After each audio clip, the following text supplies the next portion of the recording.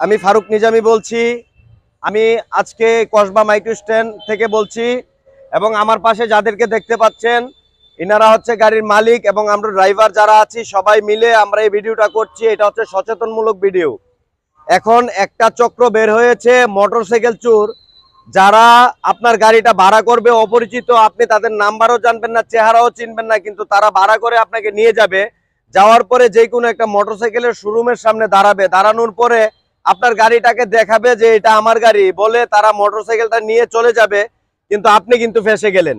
আমাদের স্ট্যান্ডে এমন একটা ঘটনা হয়েছে, ফেঁসে যাওয়ার পরে আমরা 90,000 টাকা জরিমানা দিয়ে আসতে হয়েছে, কিন্তু ড্রাইভার সাহেবদের কোনো দোষ ছিল না, উনি নিজের গাড়ি নিয়ে গিয়েছিলেন, কিন্তু কোনো দোষ ছিল না। এখন সো গাইস, আমি আপনাদেরকে বলতে যাচ্ছি যে আপনারা যদি কখনো রেন্টেকার থেকে কেউ ভাড়া নিতে আসে, তাহলে আপনারা তাদের ভোটার আইডি কার্ড রাখবেন এবং ছবি তুলে রাখবেন, যদি অপরিচিত কোনো ব্যক্তি হয়।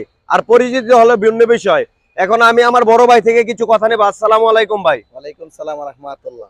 আচ্ছা, আপনারা যে ওই দিন যে ঘটনাটা হলো এটার বিষয়ে কিছু বলেন। আসলে যে আমাদের যে ড্রাইভার সাহেব অত্যন্ত উনি তো প্রবীণ, অনেক আগে 30 বছর আগে দিরা মানে উনি গাড়ি চালা। ওনাকে এখানে স্ট্যান্ড থেকে আসিয়া গাড়ি ভাড়া করছে, ভাড়া করার ফলে ওনাকে নিয়ে গিয়ে 3,000 বলছিল কুমিল্লা, কুমিল্লা যাবে ওনার মা ডাক্তার সাহেব নিয়ে আসবে। এই কথা বলিয়া রাস্তায় গেছে, রাস্তায় গিয়া বলে কংসনগর আমার একজনে হাম দিব, আমি হামটা এক দোকান থেকে নেমু।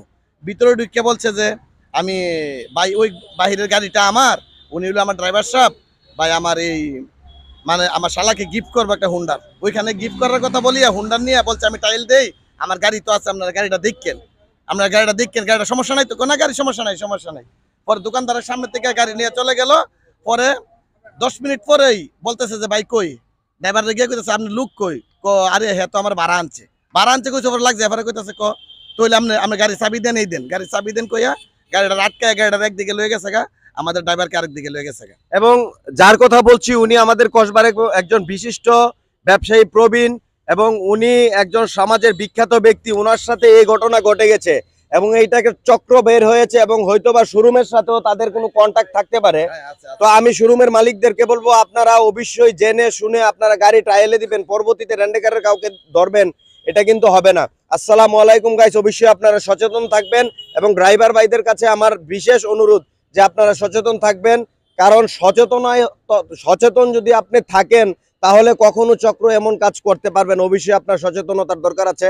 আসসালামু আলাইকুম রহমতুল্লাহি ওয়া বারাকাতুহু।